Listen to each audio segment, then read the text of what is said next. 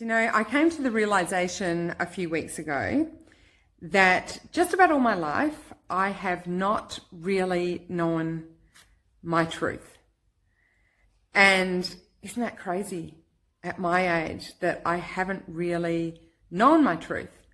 Like, I've known when things are not, they don't feel right, they feel a bit off, but I haven't really known my truth and been able to stand in it and been able to really give a powerful no when something feels off, when something doesn't feel right, because it's not aligned with my truth.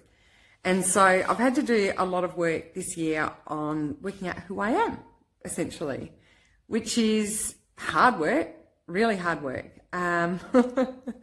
It's hard work working with yourself is what I've realized, because, you know, there's a lot of reflection that goes with that. And particularly if you're not used to looking at yourself.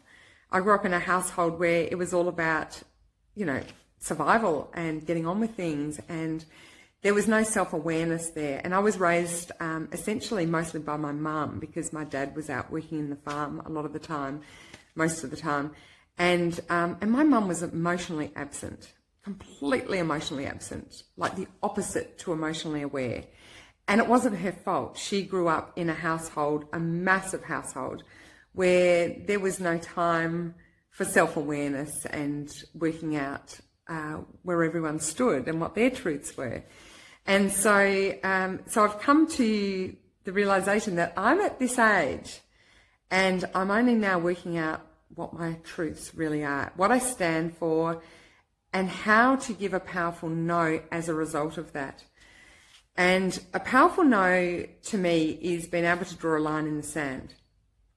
And you're there, I'm here, there's the line in the sand. This is what I accept and this is what I reject. And being able to stand by that. And I really feel I can do that a lot better now. It hasn't been an easy road.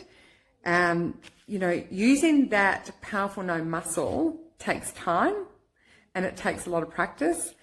And essentially what I've been doing is catching things when they're said, when they particularly don't feel right, they feel a bit off, and then correcting it, gently correcting it, but correcting it. And I don't do it all the time, but I'm getting better at doing it on a regular basis. So what I mean by that is, for example, I've worked out my truths are this. My key values are honesty, clean communication, respect, integrity, and kindness. And so if someone says something that aren't aligned with those values, essentially it feels off. And that's where I can stand up for myself and I can give a powerful no. So if someone, for example, speaks to me disrespectfully, I can say, you know, when you say that, that's not okay. That doesn't feel good for me. What I need is to be spoken to with kindness, for example. You know, it's very simple to be able to do that, but it takes time and practice. And what I've found is that essentially my self-worth has been growing the more I've been standing up for myself, the more I've been giving a powerful no.